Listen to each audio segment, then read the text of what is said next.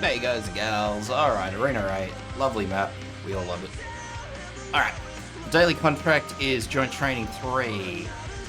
These are our 8, so the big issue here is going to be our less health, which isn't helpful at all, but this is probably the most simple way I've found to do it anyway.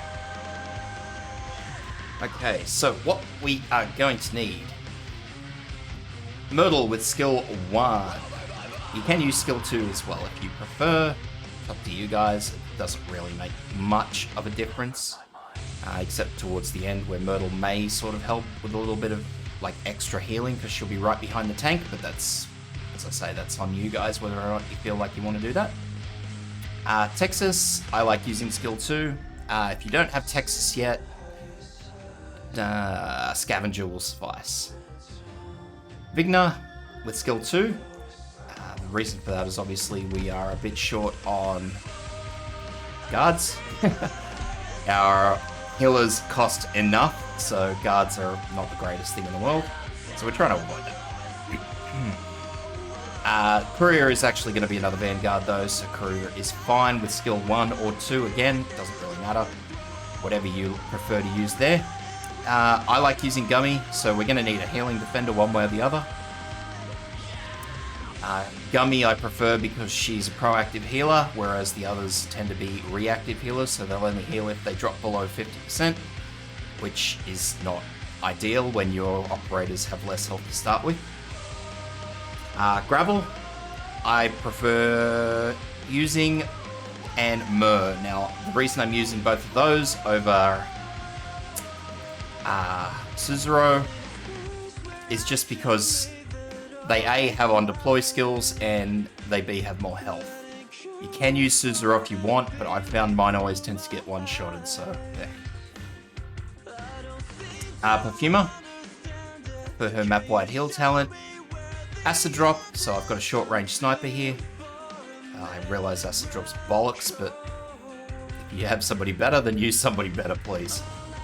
Pudding is fine, or you can use Lazy, but Pudding will work.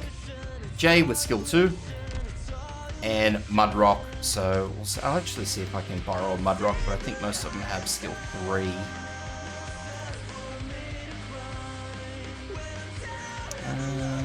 Is that skill 2? I think that's skill 2. So there we go. Because remember that we need to borrow 5 operators to get all our medals this time around. So make sure that one way or the other, your Mudrock, wherever the Mudrock is, I've lost the Mudrock. So make sure that the Mudrock's skill 2. That's the other thing. Outside of that though, guys, if this helps you out, please leave a sub. It helps me out. And let's do this. Now remember that Jay is going to leech our deployment points. That's the one important thing to remember first. No. So we're going to start off with Myrtle. When we get the deployment points, we're going to go for Texas. Myrtle skill. And we're going to pop in Courier next to Texas. Skill. Oops. Vigna here. Now, if you have any better supporters, specialists, sorry, you can replace Vigna with a specialist. Except the only downside there is that all the good specialists are all, they're all 5 stars, so, yeah.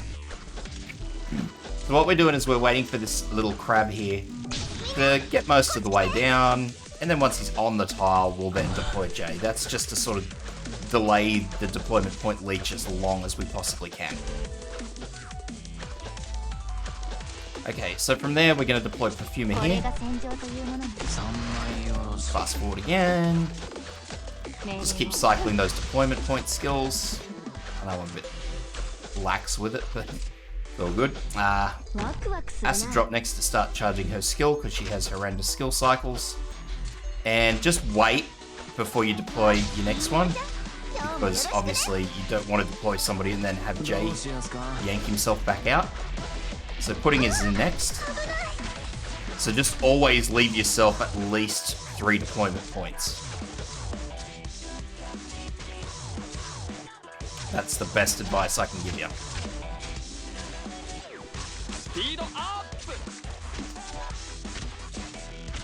So, again.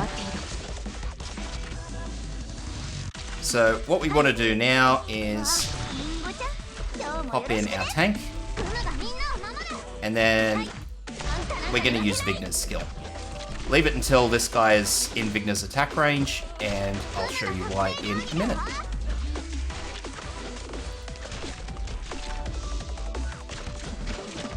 So here comes the first Blade Helm, Battle Helm, and he will debuff Vigner. That's why we have that up, because Vigner's going to have the highest attack. Well, she's got Woggle at the moment, but that's okay. Because otherwise it'll go on Jay. Now that's not going to screw you, but it's not going to help you.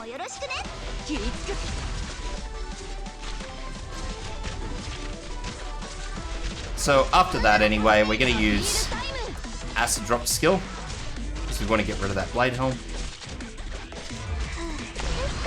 I'll also use Pudding skill, because I want to get rid of that stuff over there. So remember that these Blade Helms are going to cycle twice. So once he gets back up, we'll activate Vigner's skill again. He did just... there we go, yeah. So he's debuffed Pudding, who I don't really care about, because Pudding's kind of doing her own thing at the moment, and Vigner.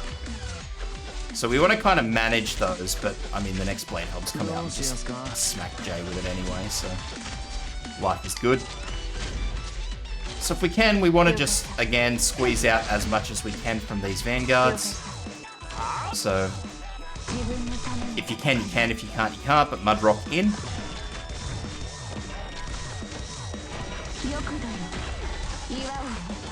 And I'm basically just going to leave Courier there until he drops.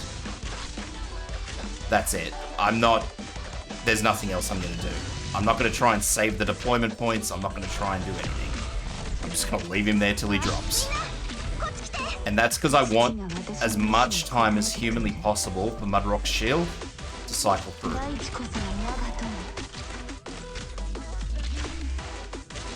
So again, Vigner's skill.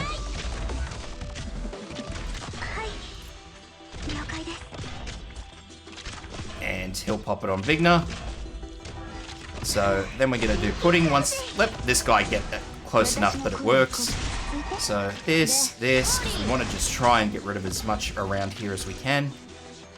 And we want to get as much damage on this guy as we can, because this is where the damage is going to come from, basically.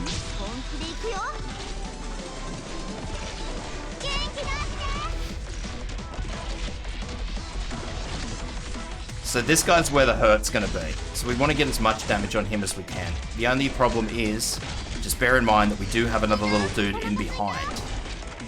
So, 54 or 57. So we've got 3 on the field. Jay's done. Mer in. And then we're going to put Gavial up the top here.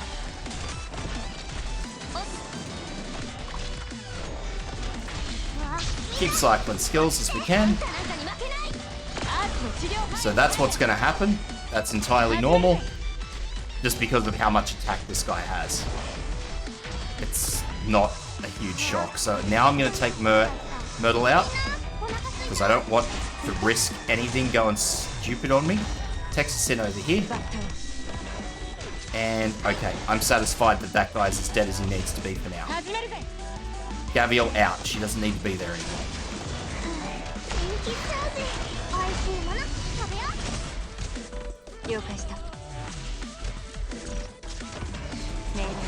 So now what we're going to do is I'm just going to sit here and watch what's going on here.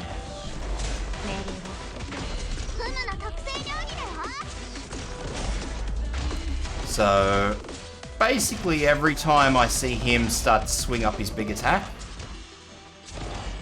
which should have happened by now, but anyway. There he goes. I'm just going to stun him. Because that's just going to give Mudrock's shield a little bit of time to cycle. Now you notice that I'm not fast forwarding this, and that's because this needs to be done very delicately. So I'm trying to be very, very careful about how I do this. Because these two need to go down about the same time. Because of the health deficit that we have, it's going to be huge, huge issues if one goes down before the other, especially this one, the bow. Because the bow is just going to start spamming stuff. See, the benefit is with Mudrock here, I can probably get away with Mudrock getting hit once.